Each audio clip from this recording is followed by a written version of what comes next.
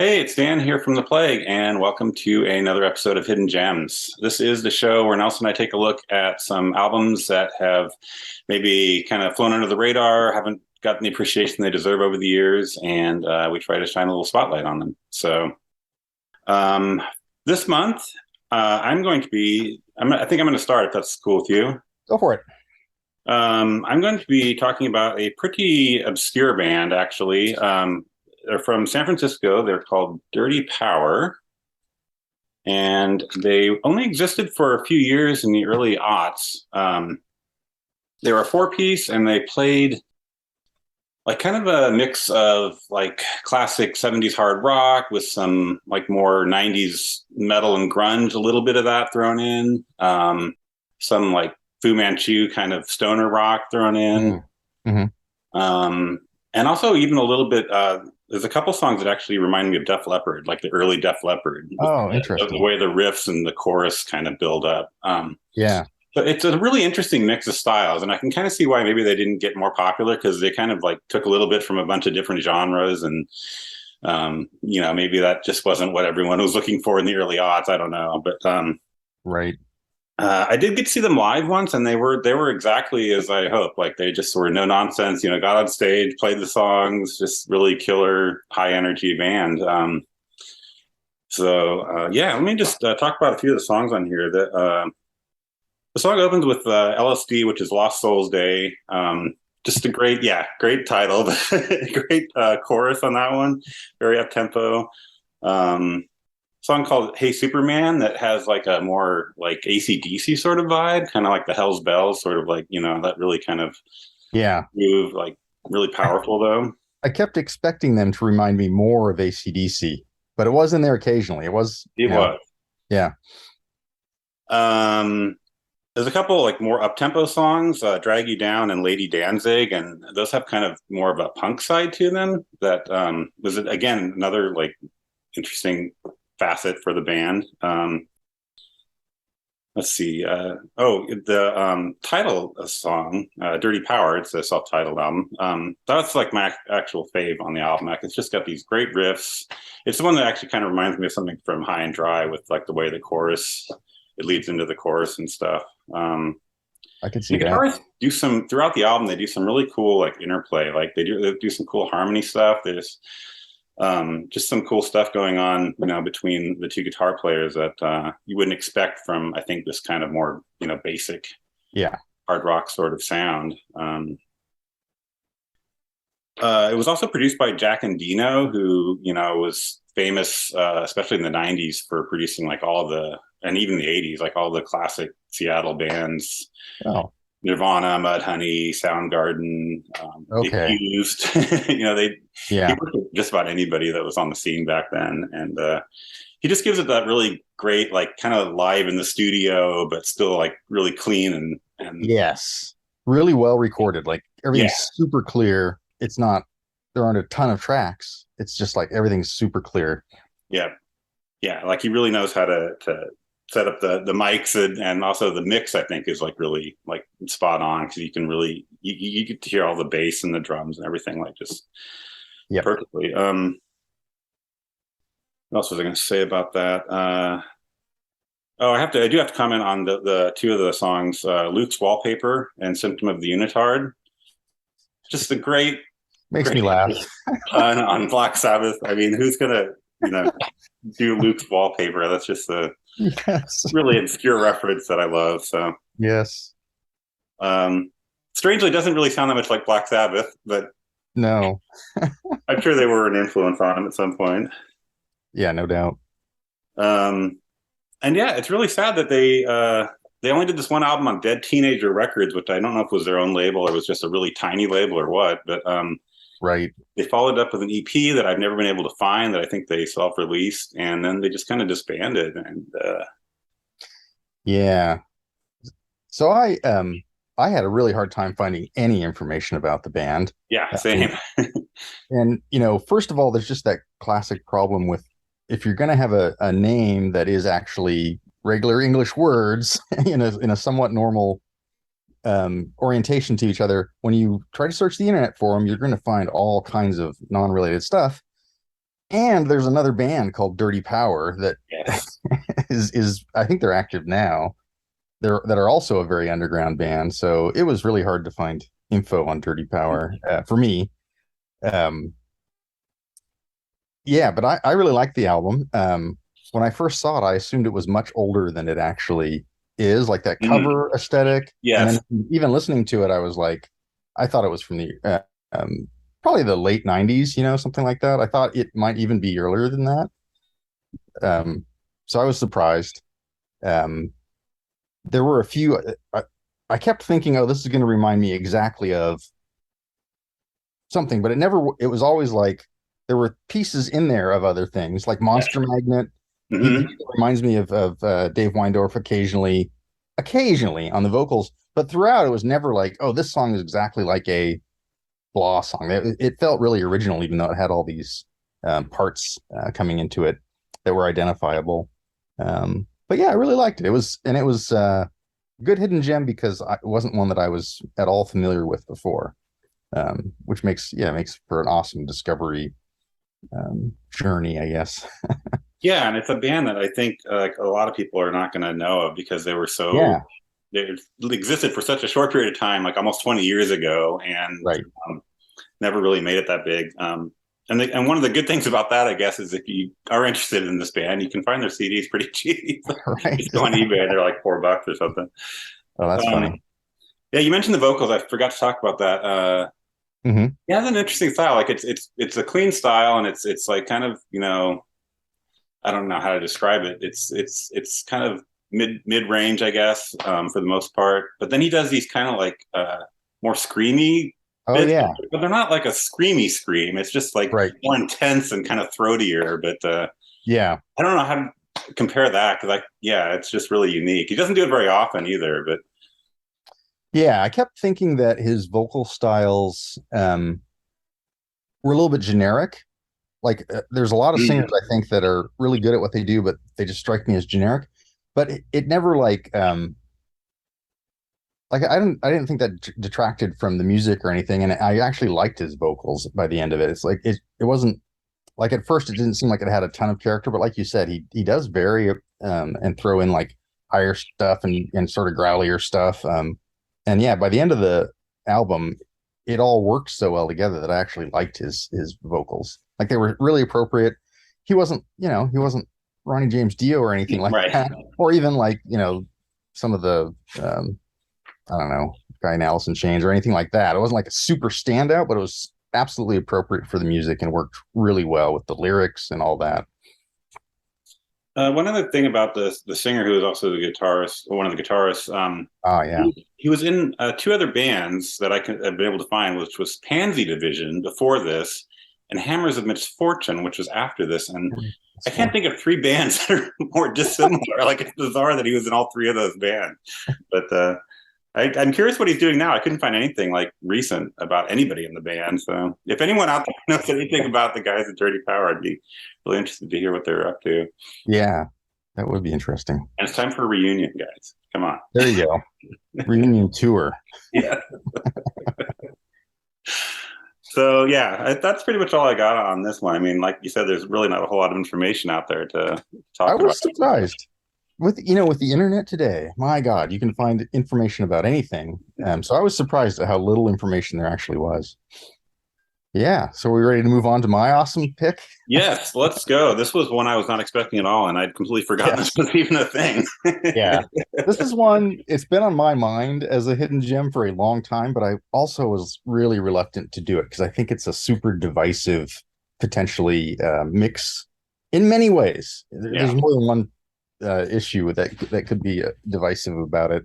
But just right off the bat, it's Rebel Meets Rebel. It's a project that was recorded by essentially all of Pantera without Phil Anselmo and using a country singer named David Allan Coe as the vocalist. And I think he wrote the lyrics too, if I'm not mistaken.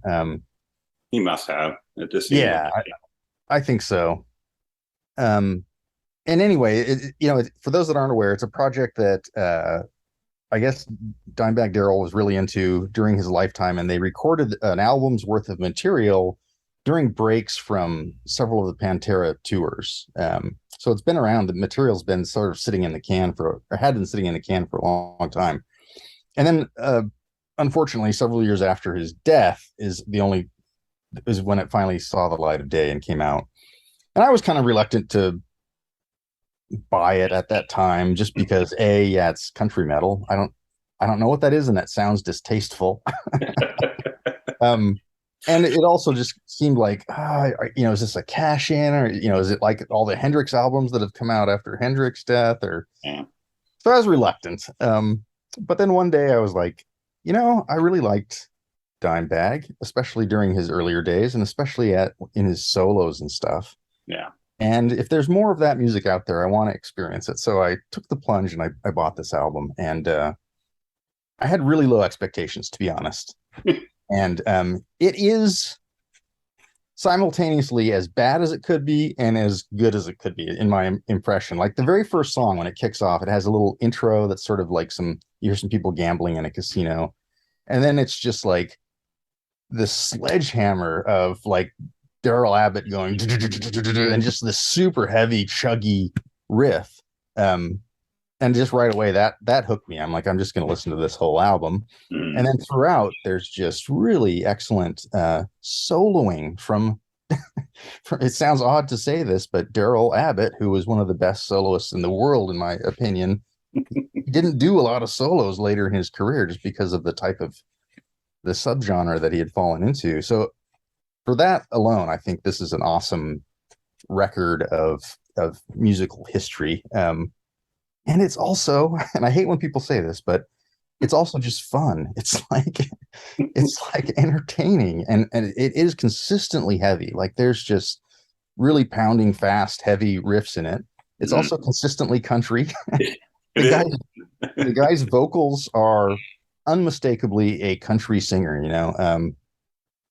and it's one of those things where there's so many aspects of music that are acquired tastes. If there's some hook in the music that will get you to listen to it, you'll start to appreciate the rest of the music, and that is big time what happened on this album for me. Um, it's got it. Let's see. I'll just go through a couple of the background of it a little bit first. It came out. It actually was released in 2006. It's got, like I said, most of Pantera is the band. There's a couple of other people that, like Hank Williams the third appears on one of the songs. He does a vocal. And if Mm. you're not familiar with Hank Williams third, he's an interesting character unto himself. I first learned about him. He's actually Hank Williams Jr.'s son, I believe. So he's his name's like Travis Hank Williams the third, Mm. and he does country music. He does on his own. He does punk music. He has a metal band. He was the he was the drummer in Super Joint Ritual, I believe, Oh, I did not know that. or bass player. He's been everywhere. Huh. The reason I know him is because he appears briefly in a documentary movie called The Wild, Wonderful Whites of West Virginia.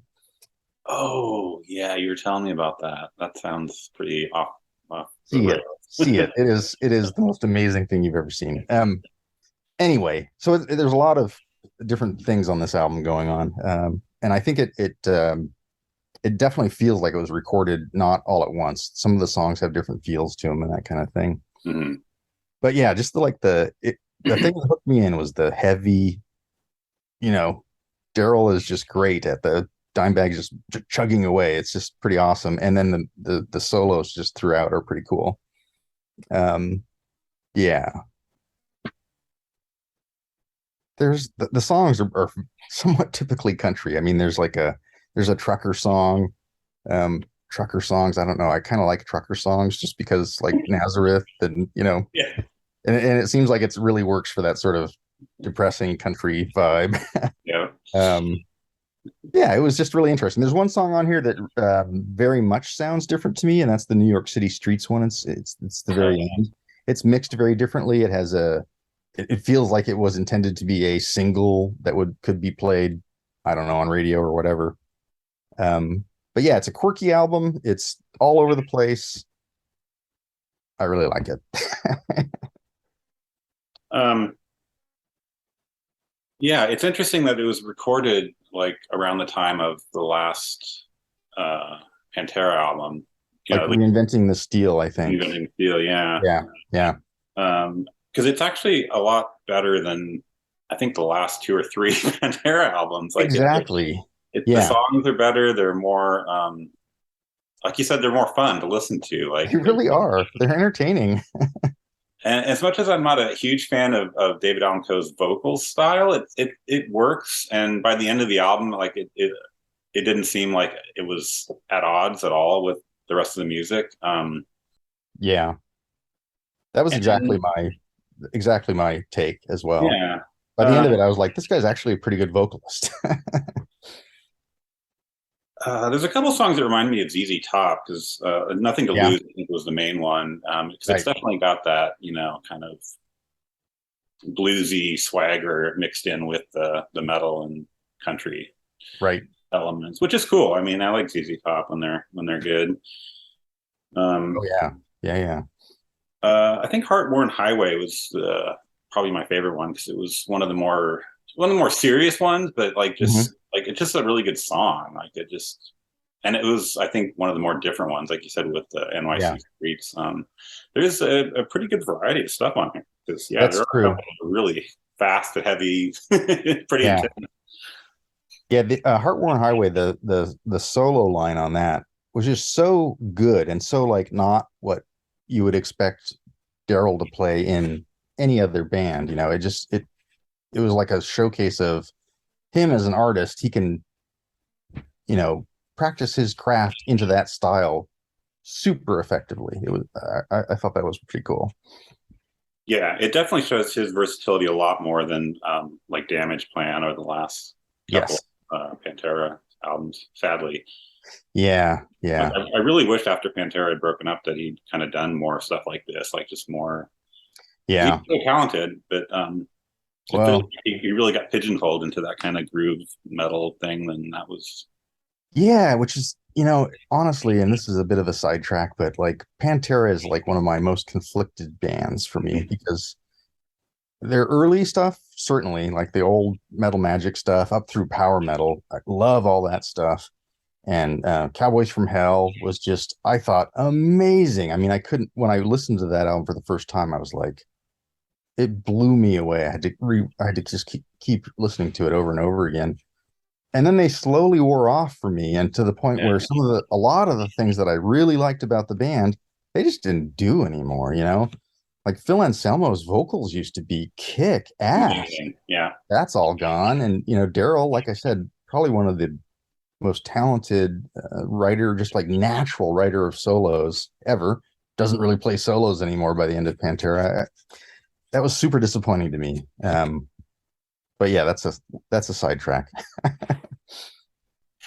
But anyway, yeah, totally agree. This is a off the wall weird album, and if you just described it to me, I would say I never want to hear that album. exactly. And yet, when I finally did listen to it, I was like, "This is awesome!" It's just like it had all these little elements in it that I just loved. And And it stays pretty consistent too. Like I found like the last four songs in the album are like four of the better songs. yeah, A yeah, lot of times, like they'll front load all the best songs, especially something like this. That's just kind of a compilation of ideas that they apparently recorded over several years. So yeah. Despite the fact that you can pick out a few songs here and there, it does sound amazingly like these guys were sitting down and writing music for this project. It like it flows really well. yeah. All right. I think that's all I've got to say about that one. If anyone out there has any thoughts on either of these albums, if you've heard either of these albums, please drop some comments in. Give us a Yeah, like. or if you haven't and you go and check them out, let us know what you Yeah. thought. That would be, you know, because I think that's most of the point of a hidden gems is, hey, you might have missed these, you know, and it's certainly, I love it when you come up with ones that I've missed, because it's like I never would have dug back and found that. Yeah. Yeah. I mean, the Rebel meets Rebel, I'd totally forgotten that that was even a thing. Yeah, yeah. Anyways, So yeah, thanks for watching, everybody, and we will try to do this again before the end of the year, but we'll see. um, but until next time, have a good one and stay metal.